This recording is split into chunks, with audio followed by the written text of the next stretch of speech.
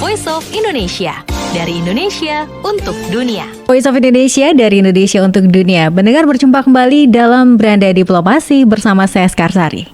Pendengar, berbagai upaya dilakukan untuk mempromosikan Indonesia dan juga meningkatkan hubungan antara Indonesia dan Kenya. Salah satunya melalui Indonesia Nairobi Expo 2023. Terkait hal ini telah bersama kami Dr. Muhammad Heri Saripudin selaku Duta Besar LBPP RI untuk Kenya, Uganda, Somalia, dan Republik Demokratik Kongo. Apa kabar Pak Heri? Baik, Mbak Askar, alhamdulillah. Gimana kabarnya? Alhamdulillah, kami di studio hari ini sehat-sehat Pak, walaupun cuaca di Jakarta cukup panas menyengat. Semoga di Kenya hari ini tidak terlalu panas ya di Nairobi. Di Nairobi saat ini musim hujan nih Mbak, jadi lumayan dingin. Oh, oke. Cuacanya sejuk, memang cocok untuk berjalan-jalan atau outdoor, terutama melihat semacam pameran Indonesia Nairobi Expo nih yang kemarin berlangsung di hari Sabtu ya Pak ya?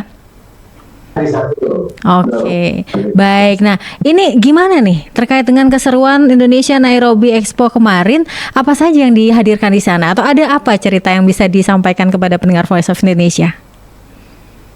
Ya, kegiatan Indonesia 2023 atau Indonesia Nairobi Expo ini merupakan gabungan dari Trade, Education, and Cultural Affairs. Dan ini merupakan kegiatan yang pertama kali setelah kita hampir 3 tahun ya mengalami pembatasan mobilitas fisik karena COVID. Dan ini purely inisiatif dari KBRI Nairobi untuk mendekatkan Indonesia, khususnya produk-produk unggulan ekspor, kemudian produk jasa pendidikan, serta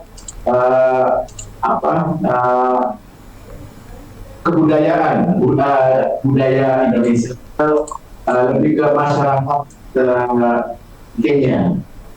Itu idenya. Oke, baik. Nah, ini kalau untuk unggulan ekspornya ini produk-produk apakah semacam makanan, minuman, atau manufaktur, atau seperti apa Pak? Indonesia 2023 itu diikuti oleh perwakilan dari 9 perusahaan yang bergerak, yang menawarkan beberapa produk, diantaranya adalah food and beverages, makanan minuman, ya. Kemudian juga ada yang di bidang herbal, minuman sehat, kemudian juga bahan-bahan makanan yang dari semacam minyak rempah-rempah ya, kayak minyak siri. Kemudian juga kita menghadirkan ini produk-produk unggulan dari Provinsi Sumatera Barat. Jadi Sumatera Barat hadir dalam pameran tersebut, serta ada satu agregator bisnis UMKM yang membantu supaya para SME kita untuk melakukan penetrasi pasar ke Afrika. Oke. Itu dari aspek ekonomi. Oke, dan kalau untuk jasa pendidikan dan kebudayaannya seperti apa Pak Heri? Kalau jasa pendidikan kebetulan hadir mengisi dari 2 universitas dari Yogyakarta, dari UII, Universitas Islam Indonesia, juga Universitas Negeri Yogyakarta. Selain itu, karena tidak hanya secara luring, kami juga mengadakan kegiatan pameran dan seminar pendidikan. Diikuti juga oleh wakil dari Indonesia melalui IPB dan UNPAD.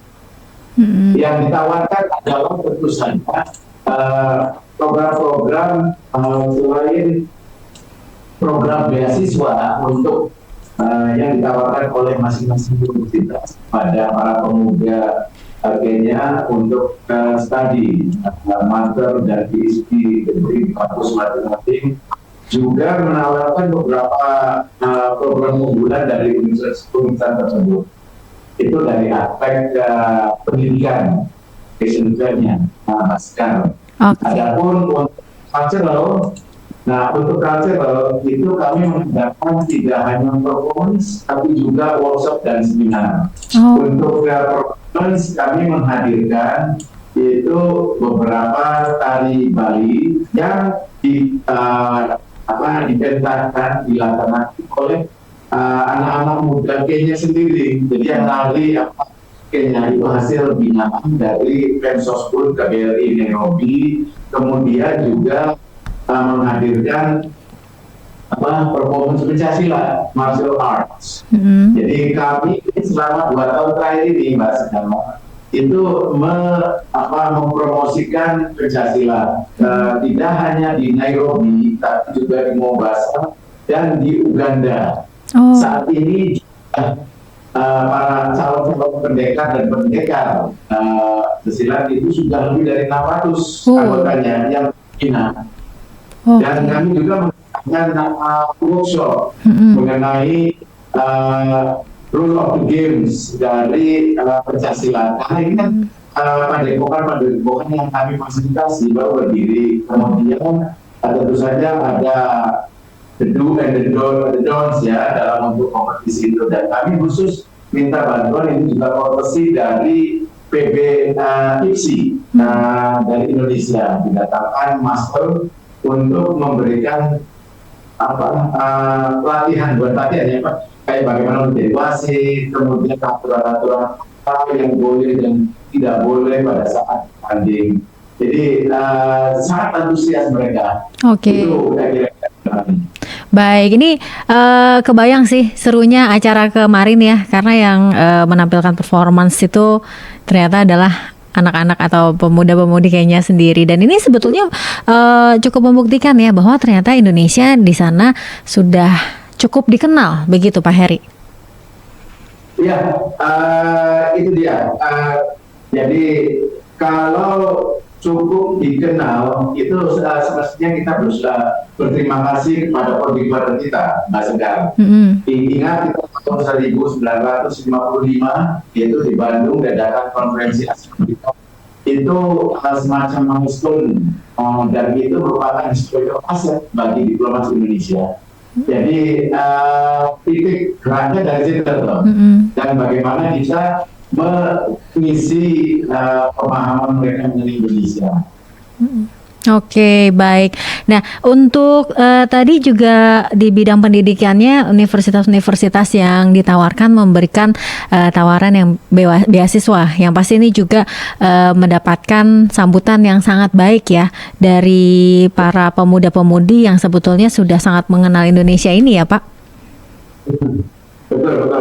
Dan beasiswa ini full scholarship Pak sekarang dari ini di luar skema yang diberikan oleh pemerintah kita melalui Kementerian Pendidikan dan Ristek. Dan ada program kayak kemitraan negara berkembang dan mahasiswa ini diberikan oleh koalisi tersebut, serta ada juga komitmen bagian dari CSR investor kita, yaitu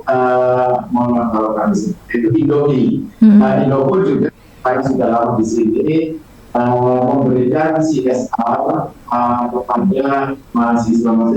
Dia mengirimkan 4 mahasiswa rencananya tahun ini. Itu full scholarship juga. Jadi tidak hanya dari universitas, tapi KBRI mengadakan kolaborasi dengan pengusaha yang memberikan generosity-nya untuk memberikan CSR itu.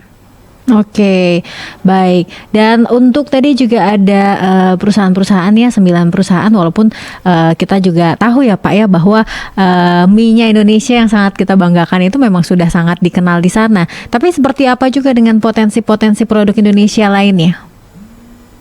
Produk Indonesia lainnya itu yang sangat produk primadona satu tentu saja palm oil, vegetable oil, edible oil,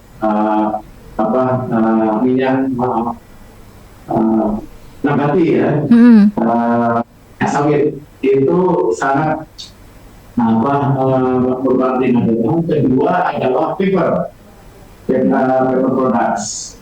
Yang ketiga adalah food and beverages. Itu mulai dari produk-produk santan, spices, dan instant bumbu-bumbu gitu ya. Itu cukup bagus. Kemudian juga beberapa produk pharmaceutical, lebih tepatnya sih bukan kayak personal care gitu ya. Kemudian juga minuman sehat gitu kan, yang kita tahu untuk apa sih istilahnya, mohon maaf kalau saya nyebut brand kayak semacam angin gitu kan. Apalagi ya, si ayah produk sudah muncul itu lumayan. Itu, jadi pasar di kayaknya cukup bagus sekarang untuk produk Indonesia.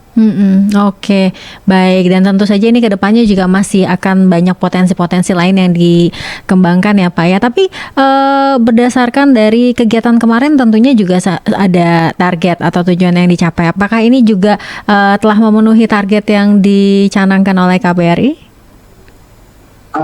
Betul. Sebenarnya target saya sebagai duta besar dan tim tidak muluk-muluk, karena this is the first of kinds pameran ini. Setelah kita sudah mengadakan hubungan diplomatik sekian lama ya, jadi pertama kali maksud kami sih hanya untuk lebih memberikan exposure kepada produk Indonesia agar ini. Tapi alhamdulillah dari laporan 9 perusahaan itu kemarin walaupun satu hari itu terjadi pembukuan senilai lebih dari 1 juta US dollar. Jadi ini mungkin akan saya dibawa oleh masing-masing pemilik produk tersebut, dan KBRI selalu siap untuk mengkawal, memfasilitasi. Jadi kalau kemarin kan memang bukan untuk jualan ya, tapi untuk memperkenalkan banyak para pengusaha, calon-calon importir yang hadir itu badan jadi kalau telah mencapai nilai lebih dari 1. Kalau lebih persisnya ini yang laporan yang saya terima dari para peserta itu adalah 1.120.000 US dollar. Jadi ini beyond melampaui target kami sebenarnya. Itu kami cukup bangga. Kalau kami menginterpretasikan data ini, artinya bahwa masih terdapat peluang yang sangat luas bagi para pengusaha Indonesia untuk datang ke Kenya khususnya dan Afrika Timur pada umumnya. Oke, baik. Dan yang dilibatkan dalam acara ini kan tadi sudah disampaikan ya Pak ya, ada dari para pemuda-pemudi, kemudian juga sasaran dari pasar di Indonesia, kemudian juga apakah juga melibatkan misalkan diaspora Indonesia atau hanya ada yang lain Pak? Betul. Jadi kami melibatkan 3 pihak secara general. Satu pihak pemerintah. Jadi dari pemerintah kami bersyukur juga mendapat dukungan penuh dari Kementerian Luar Negeri, dari Kemlu Kejagung di Jakarta. Kemudian dari pemerintah sini kami pun memperoleh dukungan tidak hanya dari Kemlu tapi juga dari Kementerian Perdagangan. Nah, kegiatan itu kemarin itu sendiri itu rencana semula itu akan dibuka bersama-sama oleh saya dan Menteri Perdagangan Kenya. Namun Menteri Perdagangan Kenya masih tahu bahwa baru saja meninggalkan Indonesia, Jakarta. Sehingga beliau masih dalam perjalanan putus sekretarisnya, sekjennya. Jadi dibuka oleh wakil dari Kementerian Perdagangan. Kemudian juga dapat dukungan dari KNCCI, itu Kenya National Chamber of Commerce and Industry, itu counterpartnya KADI di Indonesia di Jakarta. Kemudian juga kami memperoleh dukungan selain dari pengusaha Indonesia, juga dari para pengusaha, calon-calon invest atau calon-calon importir Kenya, dan juga tidak kalah pentingnya adalah para diaspora Indonesia. Jadi tadi saya katakan bahwa peragaan tari, cultural performances itu kan semua oleh anak-anak Kenya. Itu yang nanti diaspora, Mbak. Yang nanti adalah jadi kami KBRI selalu melibatkan keluarga diaspora Indonesia yang ada di Kenya. Itu kira-kira gambaran. Oke, baik. Berbagai upaya yang sudah dilakukan oleh pemerintah Indonesia dalam hal ini KBRI di Nairobi, dan juga kita sudah lihat bahwa ternyata Indonesia dan Kenya memiliki sejarah yang panjang dan juga perdagangan yang cukup baik. Tentunya ada harapan yang ingin disampaikan oleh Pak Heri sebagai closing statement atas hubungan kedua negara, dan juga mungkin apa yang akan dilakukan juga ke depannya untuk meningkatkan hubungan baik ini. Ya, sebagai imbauan dan ajakan, saya mengundang para pengusaha dari Indonesia khususnya untuk berlomba-lomba datang ke Kenya. Dan kenapa? Karena pasar di sini tidak hanya untuk Kenya semata. Kalau melihat Kenyanya memang juga cuma 50 juta, tapi Kenya itu bagian dari masyarakat Afrika Timur yang merupakan satu jumlah penduduknya 300 juta. Ini pasar sendiri. Satu, yang kedua, Kenya juga merupakan pintu masuk bagi negara-negara lainnya. Jadi ini merupakan kesempatan. Memang